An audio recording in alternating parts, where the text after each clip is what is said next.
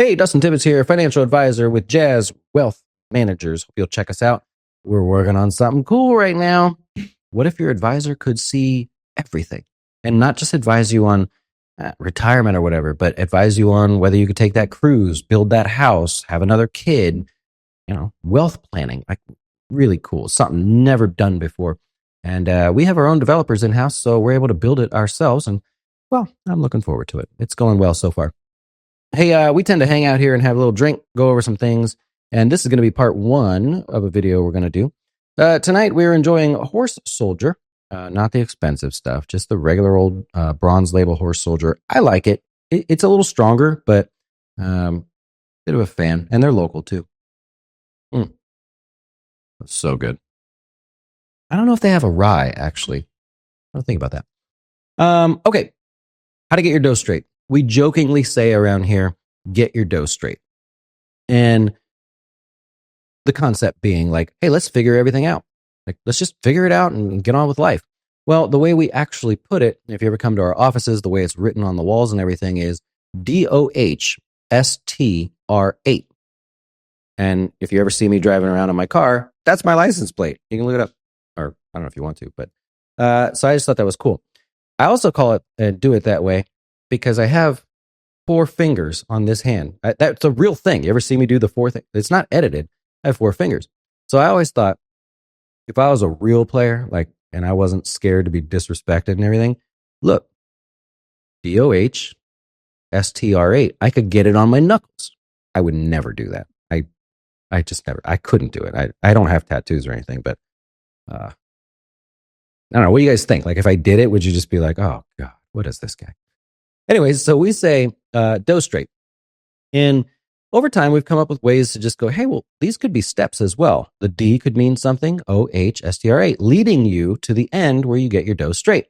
So let's go over the first one here, DOH. That's all I want to talk about today. Where do you start? You go, oh, I got all this stuff, right? All these bills.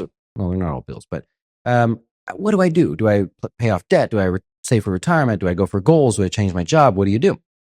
Whoa. Always start with the longest thing in the future first. So what we do here is first, we develop an initial retirement plan, a really rough draft, right? So we're looking for the furthest thing out in the future because we have the most time to figure out what to do. If you need to pay your rent next week, well, if you don't have the money, there's not much I can do. So the way we go about this is we want a rough draft.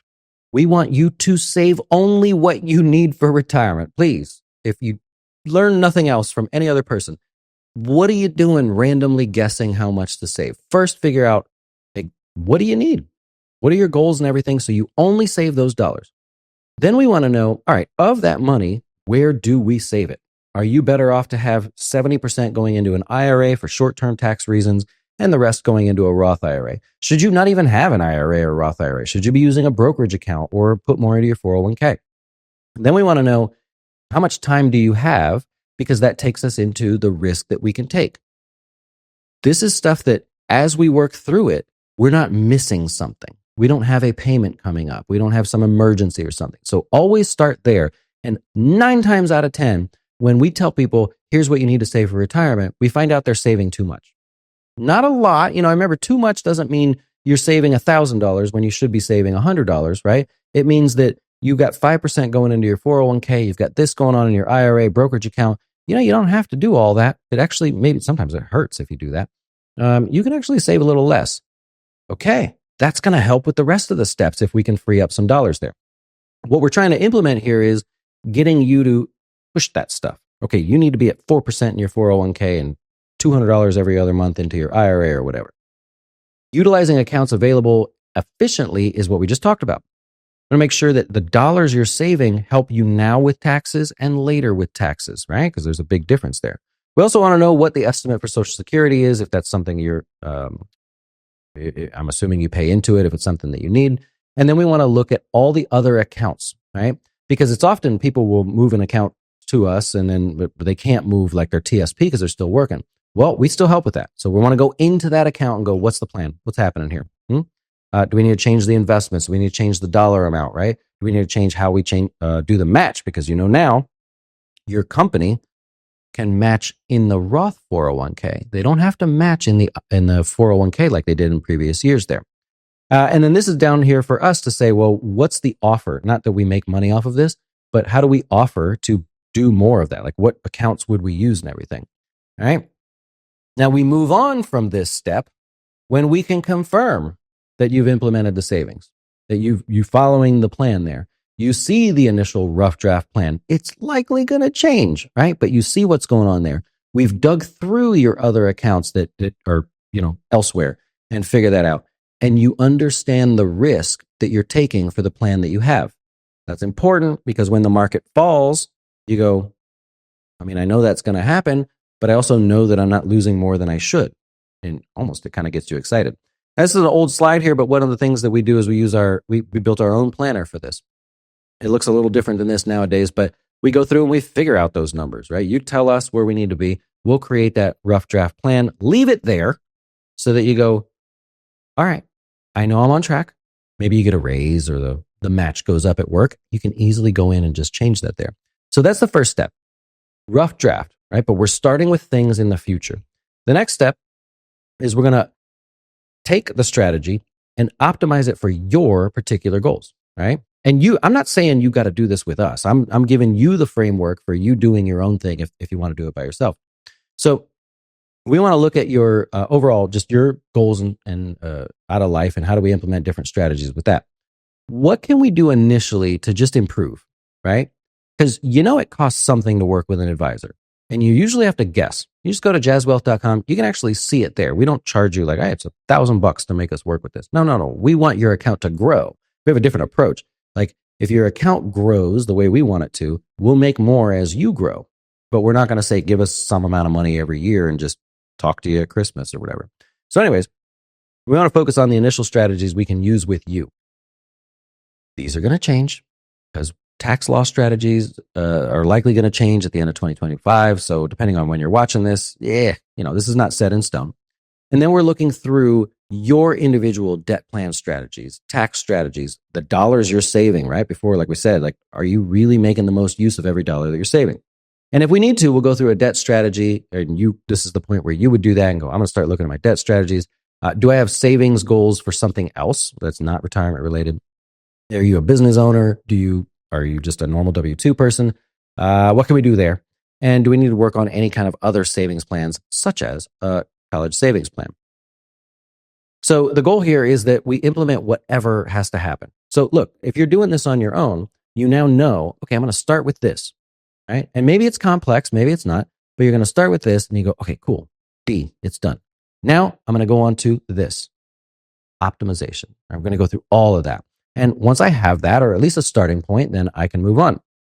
The H, which will be the last part for today, debt is not a bad thing unless it's like a credit card, right? And there's others, but I'm just for the moment saying credit card.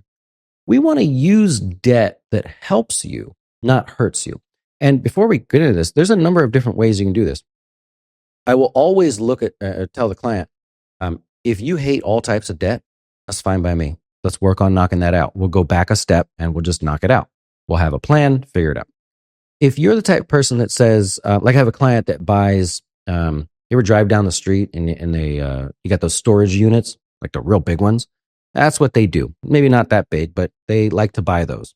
And they need to take on debt to do that. Well, they've figured out how to make that work for them. So all I want to do is make sure that the debt that they're taking on is the most efficient debt that they can use. By taking on that debt, let's say there's these two. If they take on this type of debt, is there a tax strategy? Oh, no. If this type of debt is a little bit more, but the tax strategy offsets that and then some, we're doing that one. So we want to think of your life as a balance sheet here and only use the debt in the most efficient way if it's something that's moving you forward. If you're just racking up bills on the credit card or you've got a line of credit at your local casino, right? We need to work on that one there. So my biggest thing here on this one is the bottom two. We're trying to position your life so that you can borrow when you can, not when you have to. Because if you borrow when you have to, it's going to cost you more. We also want to take your life and look at it like a balance sheet, like a corporation, right? Apple, they don't care about one individual debt or if they spend some money to buy a company and then shut it down so they don't compete with them. They care about the balance sheet. If doing that, if wasting a little bit of money makes their balance sheet stronger, their total earnings stronger, they're going to do it, even if they have to take on debt to do it. So sometimes these things that sound unconventional, it's like, okay, well, you're paying X number of percent for debt. If you just do this, which sounds really weird, but if you just do that, your percentage that you're paying on your debt just went down, maybe because of tax savings or some shift or whatever. But I love that. So think of it like that rather than, unless you hate debt. Like if you just hate debt, you're on your own. But it's somewhere on here. We're going to work within your beliefs. So if you believe that you can use some sort of debt, or you're one of those people that's like, I bought a house a couple of years ago, my interest rate's 2.6%. I'll pay that debt. All right, I get that. I'm with you. So we're looking at things like that. We then have the option to use your debt more efficiently. And what's popular right now is people saying, well, I've got a brokerage account and I can borrow against it and whatever. That might work, right? We can do that here too, but it's like, it's cute and it's really trendy right now, but does it fit for you? If you have no reason to have the line of credit, what are you doing? You saw a TikTok and you're all excited. So I'm a little bit tough when people point things out that I already know are trendy because you think that TikTok's not pointing all that stuff out to me. So we look through things like that. So that's the first step of it. And I didn't want to make this too long, but get your dough straight. DOH gets you started, right? In the next part of this, okay, now we get a lot detailed. Right? This is where it starts to get real tricky with all the little cute things you can do, the fine print in the tax code that you didn't know existed, things like that. But we can't get there if we're over saving for retirement. We're not being efficient with the investments we have relative to our plan. We can't get there if you're holding debt that you shouldn't be holding, that just moves you backwards rather than forwards. So that's the first step of it. I hope you enjoyed this. If you want to work with us, jazzwealth.com.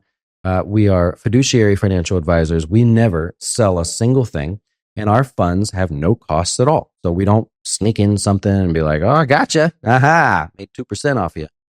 We don't sell insurance. We'll help with that, but none of that stuff. Just someone that you can open up to, talk about your goals and strategies and stuff. I hope you'll check us out. Jazzwealth.com. Enjoy the rest of your night, and I'm going to continue with the rest of this very, very good horse soldier. All right. Adios.